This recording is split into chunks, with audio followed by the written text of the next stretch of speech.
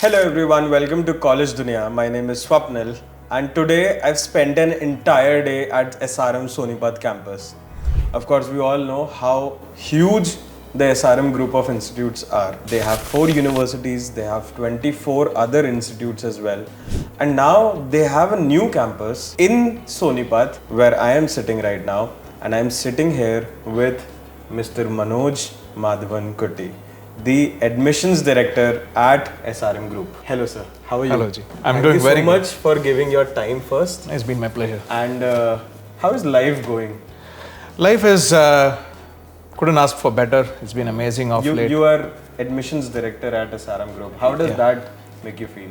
I never expected this to begin with because, it's a funny story. When I came back from Europe for good, so that was the time I happened to, meet the management at one of the common, function we were attending. And that time they said, we have a campus in Delhi and probably they need someone to take care of the international collaborations and things like that. So that's how I landed in SRM. Okay. But funny enough, because of my background in, what I did in terms of strategies and marketing, once I landed up here, I was told that, okay, international collaboration is there, but still, we would want to use their expertise in the domestic market as well.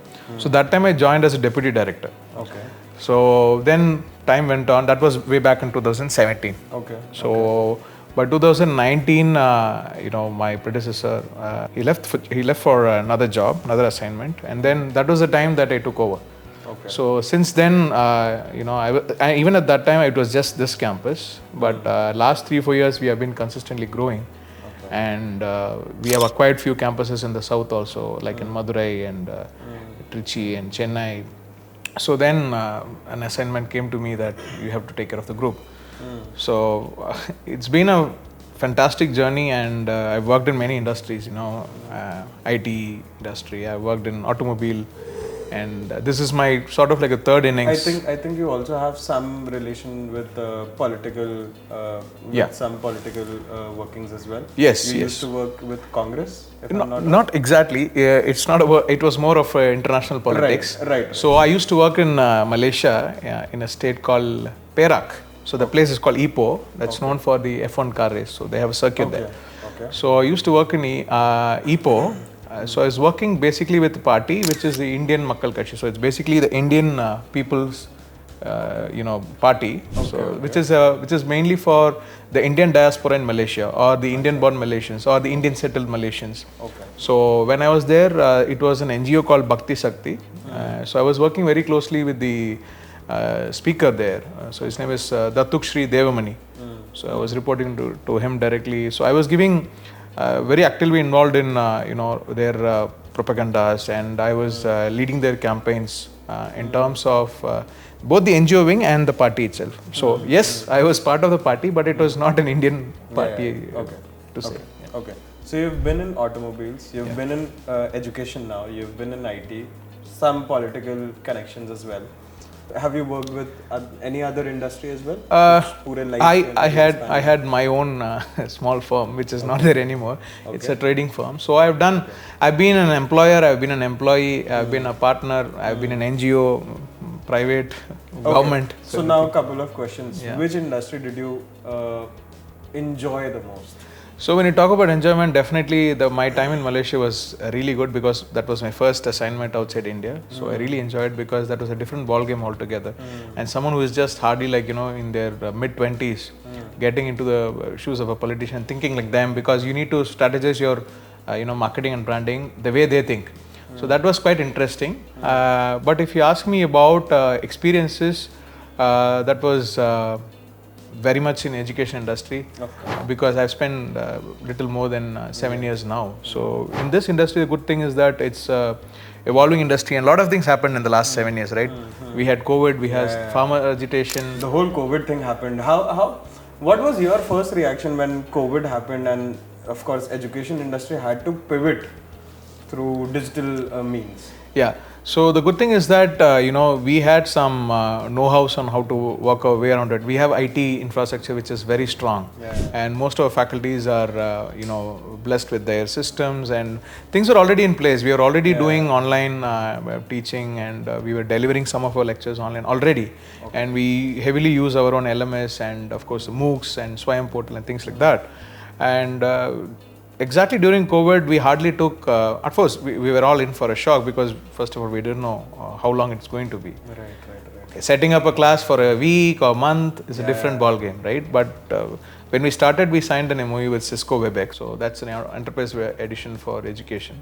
So I don't know why we did that, but we did a 3-year contract with them. But we almost used it for 3 years. We thought, okay, we can, with the termination clause, we can exit. But the MOU was for 3 years. So we were able to easily manage it. And the best part is, to our surprise, when students actually started attending those classes, we saw that the attendance percentage went up. So in a typical classroom scenario, you will see that the turnout is around 80 to 85%. That is on a good day. Usually on weekends it drops, or the Mondays it drops because of that. But when you had this online, it was always hovering around 92 to 93%, the attendance. So that, thanks to digital India, thanks to cheap internet, people were able to access our materials, and they were able to attend classes from any part of the world. And now when we are back to the normal days, what is the attendance ratio now? Is it so now it's gone back to 80 or 85 again. So in a way, the COVID period was actually good because we had more attendees. I don't know how attentive they were. That's of course, that is a different question. And I'm sure attentiveness के ratio में बहुत difference disparities आ जाएंगी. But okay, which did you like the most, being an employee or being an employer? Oh, I always liked being an employee. Employer is a really, really tough job. That's why I exited. I founded my company. I dissolved my company. It was a good experience, but one thing is for sure, because you have too much on your plate, and being an employer is really tough. And now being an employee, I feel grateful. I know the pain that an employer takes to their shoulders. We think that, okay, they are owners, they are flamboyant and so on, but the real struggle, unimaginable, because you can't really, balance out your work life when you have your own business.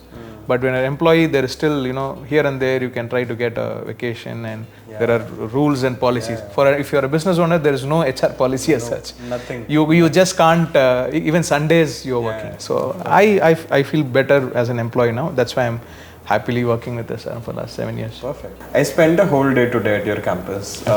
Roamed around the whole campus, talked to a lot of students, a lot of faculties. But the first thing I noticed as soon as I was entering, you're building a lot of blocks right at the entrance. Yes. Those are hostels? Those are hostels. You're planning to get more students? Yeah. So what happened, there's a plus and minus, it's a double-edged sword. So first I will talk about the positive. The positive factor is that, when we did our admission last year, we sort of exceeded the target. Best part is last year, not just in terms of numbers, we also had a lot of diversity. So there was also, the quality index of students were also rising. Because of that, we had a lot of students outside Delhi NCR. We have 16 buses plying across Delhi NCR. So ours is a hybrid campus. So we have both day scholars and hostelers.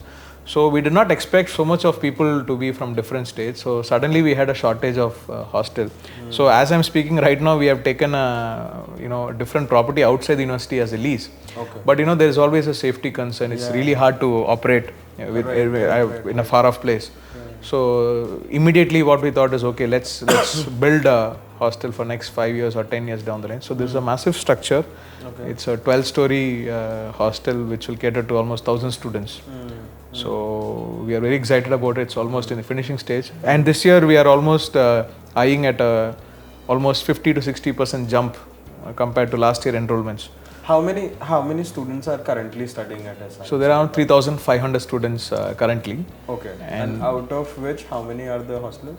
So hostler, at the moment we have around 600 people hostelers. So almost 1/5 of them are. So by the next year you want to double it? Yeah, we want to double it, because now we see that most students are coming from outside Delhi NCR as well. They're coming from all parts of the globe. Even a lot of Africans have started coming into SRM. A lot of Nepalese, a lot of Bangladeshis. and let alone Indians. So you're planning for international student exchange programs as well? Yes. Now that we have our NAC A+, Yes. now there is more freedom in terms of doing these international mobility programs. So not just in terms of bringing in students, but also we want our students to also go out and explore the options available there. So there will be a lot of interesting exchange programs, joint collaborations, research projects, even faculty exchange, not just student exchange, even faculty exchange. Okay. So we are exciting times ahead, looking forward to it. Okay, perfect. Now if I talk about the current situation at SRM Sonepat, where is SRM Sonepat standing at if we look at it on a timeline of growth? Yeah. So let me tell you, I mean, just like even though SRM is a brand with almost 55 years of experience in education industry, but this was the first campus outside Tamil Nadu. So after Chennai, when we started this as a university, I'm saying, when we started outside, it was quite a challenge because that time people were knowing about Chennai SRM. So whenever we had SRM, when we tell people, they were not initially aware. Initially 3-4 years there was a struggle. And some people even thought maybe it's a different brand or it's a franchisee or something. They don't think that really why a South Indian would come all the way to Haryana, to Sonepat to set up a campus. So a lot of misconception. But why did you come here? Okay, so interestingly, when Government of India had to launch a very big program, like if you go to the US, you see the north, eastern belt, there are a lot of Ivy League universities, big education hub, right? All the Harvards, MITs, and so on. I think we have one more local case study which has happened in Greater Noida, the whole Knowledge Park area. Exactly. A lot of universities. Exactly. So when we did get the proposal for Noida also way back, but we did not take it that serious that time because we were happy with the way things are. But when this project Rajiv Gandhi Education City was launched along with the Government of India and Government of Haryana, this is a 3,000-acre chunk of land that is dedicated for education, and we were one of the early people who just applied, and we were quite casual in our approach in terms of application, to be very honest. But we instantly got the response that, and I'm very glad to say that we are the first university in the entire country to get the approval to launch. After us came many other institutions, so we are the first one to establish in 2013. So then there is no looking forward. So when you talk about growth, as I told you earlier, we had little bit of struggles in the beginning like anyone else. I'm not going to say it was a walk in the park. It was difficult because we had to build everything from the scratch. We had to hire people locally. We were new to the culture, and but as time evolved, we learned our way. We did some mistakes here and there. We tried to improve the process because we strongly believe that institution building is not about setting it up and then it's on. It's an evolving process. You need to evolve with the process. Right. But as I'm talking now, I think the management is happy. All the stakeholders are very happy. Students are happy because we have taken that experience of 5 decades. But we have customized it indigenously according to the local scenario because the student mentality is different vis-a-vis a South Indian. Exactly. But we have learned that the hard way, you said hard way or over, but we have learned it, and it's safe to say that now we are trying to implement it. So it's been good. Are you concerned about the competition that is present around you? You have colleges like I was just coming in the morning and I saw Ashoka University. I think you also have a university named Rishwood over here, and a lot of universities. A lot of them are there. It's belt pe pura. Are you concerned about that competition? There are 2 ways to look at it. Number one, yes, you should always be concerned about your competition, no matter how big or small they are. Rather than concern, you need to closely, observe the market and respond to market situation. So yes, you need to be, you need to have that attention to how the market is reacting to this new institution. Even though they are new, but what is the intent they bring to the table? That is number one. And second, this is also the era of no more competitions, more of collaboration and complementing each other. So when you talk about these universities, for example, you spoke about Ashoka. So they have their own niche. They are into liberal arts. So if you look at WUD, World University of Design, they are into design. So if you look at Rishiwood, they are into Indology or again some artistic form, contemporary arts and things like that. But we are in different segment. So there is, even though there is some grey areas, overlapping areas, which we closely observe, and I'm sure they are also doing the same. But otherwise, SRM has got its own niche as well. We are known for engineering. Now we are coming up with law in a big way. and we want to establish our B school also in a big way. Engineering is something that is a synonym with SRM. Right. That's a challenge, and again, plus and minus. I said the plus point is everyone knows SRM for engineering. But not the negative part, but I think more awareness is required in terms of knowing that SRM is not just about engineering. We have a lot more to do. I think once they visit the campus, they see the infrastructure, they will get to know that it's a true multidisciplinary university. Okay. Now, maybe my assumption would be wrong, but are you planning to make SRM Sonepat Law Department the biggest flagship program that you guys have? Because why I'm saying this, because you have a Vice Chancellor right now who has a vast experience in law, right? And the law department is doing fairly nice if we compare it to the rest of the departments here. Is that the thing that we are gonna follow here at SRM Sonepat? Law department becomes great first, then all the rest of the departments gonna follow the same path. So it's not really to make law as the flagship program for Sonepat. That is not the intent. The intent has always been like that. Holistic growth for all faculties, regardless to where they come from. Engineering is something, even if you don't want it, people still are crazy about it. So I can say whatever I want in the market. I can tell you, okay, I want to become this, but there are some things that are very fundamentally, lying in a student's mind, and that takes a lot of time to change. So our flagship programs are always going to be, on BTech. So that is something, no matter how much I will change, I can't. But at the same time, we want to diversify and expand in other areas.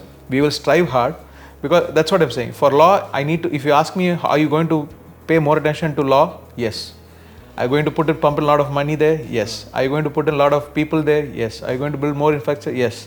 Because in Delhi NCR, Supreme Court is there. The highest number of legal firms in the country is in Delhi NCR. So there is a lot of huge demand in the market. So we'll definitely be focusing more on law. Focus is on law, but I don't know if there is a possibility to make it a flagship program yet. It's a long way. I hope it does. I hope it does come out according to the plan. Now, you'll be attracting many students in the coming few years. What are your plans? How are you gonna attract these students? And of course, you quoted a term. Let's talk about the fundamentals of students. Yeah. I also think when we talk about fundamentals, money comes into the picture. How much am I gonna spend? And what is the ROI that I'm gonna get?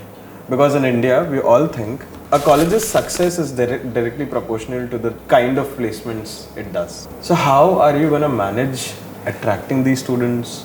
Placement is gonna happen, even better placements are gonna happen.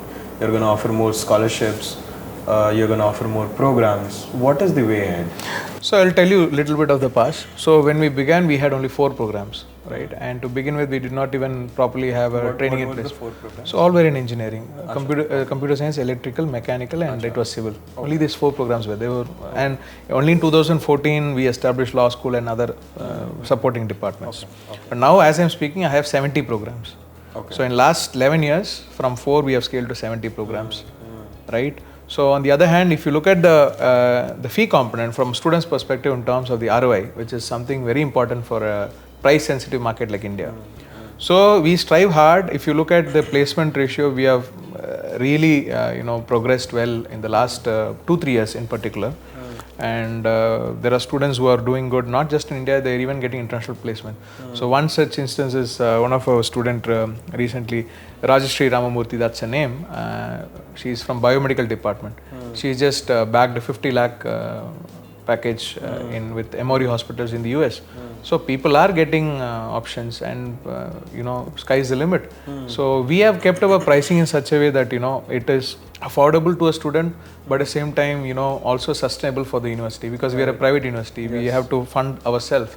And if you look at, you have seen the campus, this does not come easy. Of course. So, and if you look at our hostel facilities and our bus facilities, we have kept it in such a way that there is no way we are able to reap profit out of it. But at the same time, it's just to meet out the cost. So the cost of bringing this product to your table and the pricing, there is almost nil margin. So that way there is no surplus coming in here. And if you talk about the, because usually the management is not really interested in money anymore. We want to position ourselves, we want to be loud and clear in the market, but here we are here to send a message. We are here to, bring in a dent in the education system. We are no more a Chennai-based brand. We are an Indian brand situated in the capital. We want to go full-blown global. Okay. So that's the intent. So with that intent, if once you have that intent, I don't think money will be your first priority. It's more about giving quality, affordable education at a very competitive price. So that's why we have a program even starting from anywhere at 60,000, 65,000. I don't want to name anyone. If you go to a neighbor institution, there is no way they can afford this. And with this infrastructure. And our maximum limit is 3 lakh rupees per annum, which is for the BTech CAC specialization. Okay. So I think it's perfectly priced in such a way that it can cater to lower middle class, middle and the upper class. We have all kind of students. We have students who are the first generation graduates who are almost in below poverty line. We also have students who drive their Mercedes Benz here. So there is a plethora of different kind of a student cohort that comes in here. You are 50 acres right now. Yeah. Are you planning to take more land? Are yes. you planning to expand that Yes, we are really looking forward to it. In fact, our talks are already on. Okay. What are the plans, if you could share? Yeah, absolutely. So we also plan to have our medical college very soon. Okay. So we are very excited about it. And we already have a hospital which it's fairly a small hospital. And we have been running it for so many years for service only. So if you look at our OPD, it costs 10 rupees. And why is it 10 rupees? Because to make the chart of the patient. Okay. So technically it's like free. And I'm also glad to say that if you look at the private institution in the country, we were the first one to have a Jan Aushadhi center inside a private university. Now other people, we have Jan Aushadhi. So a drug which is for 100 rupees in the market, a tablet, you'll get it for 5 rupees here. Oh, interesting. So a lot of villages take advantage of that. So now we have an NOC, no objection to start the medical college. We are just waiting for this election to get over, and we want to see how we can go about it.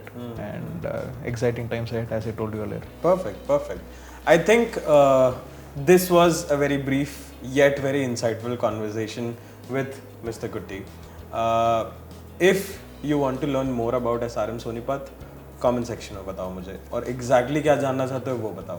I will definitely try and come back here. I will definitely try to talk to him regarding more information someday in the future. But yes, if you like the information that we talked here, leave a comment below, like this video, share it with your friends, and do not forget to subscribe College Duniya's YouTube channel. See you in the next video. This is me, Swapnil, signing off. But before we go, do you have any final words for all the students who are right now aspiring for any XYZ career? Okay, I have to become this, I have to become this, or people who are looking for colleges. Right. Some people come and walk up to me, they ask me, अब बताइए कौन सा program अच्छा है? I said, सारे program अच्छा है. Then they say that, no, just tell me specifically which one is doing good in the market. I said, if that is the way we want to, pitch it, we would only have one program or two programs and say, okay, this is the best, let's work on it. It does not work that way. Even someone who does hotel management, some people think, okay, hotel management ka matlab hai khana banana. It's not about that. People make millions of money, even in as a hotelier or a hotel management. But this is the mindset of the students and parents. So I was suggesting, one girl was here, she was very studious in 12th and she had around 90% mark, but she wanted to do hotel management. But parents were hell-bent. They wanted to do her, only put her into engineering or law, or something else which is much more acceptable in the market. And times are changing. They need to listen to their peers, they need to listen to the students. So no program is better than other, or no program worse to second to none. So it all depends on the students' interest and passion towards it. That's number one. So always go for a program which is interest of the student, and never compromise on program. I also see that some student, when they try hard for, let's say, IIT or NIT, without making any offense to them, what I'm trying to say is, sometimes they want this campus. So let's say I want to do mechanical engineering in IIT Kharagpur, but I'm getting chemical engineering. But I sometimes compromise and I say, okay, I want to go into IIT Kharagpur, I will do chemical engineering. So that's not the mindset. If you want to do mechanical engineering, instead of getting in IIT Kharagpur, let's say you get into triple IT or NIT somewhere nearby, it's not no harm. Exactly. Okay, so there are interesting examples also. So if you see Sundar Pichai, he did chemical engineering. But what is he doing now? Something completely different. I did BTech in IT. I am into completely different role now. Right. But when I wanted something, when I am like 19 year old, that means there is a calling that's coming to me. So this is number one, the student need to think. Always choose your program over your institute. Don't compromise on your passion. Don't settle, for something as a second choice. Because later you might regret, or you might actually improvise, and maybe in your masters you go on to do whatever you want later. But if you know that, okay, this is what I want to do, I think parents should also support the student. And nowadays, parents are having less say, especially in the metro cities. But I'm talking about especially tier 2 cities, tier 3 cities. I think towns where people need to have a different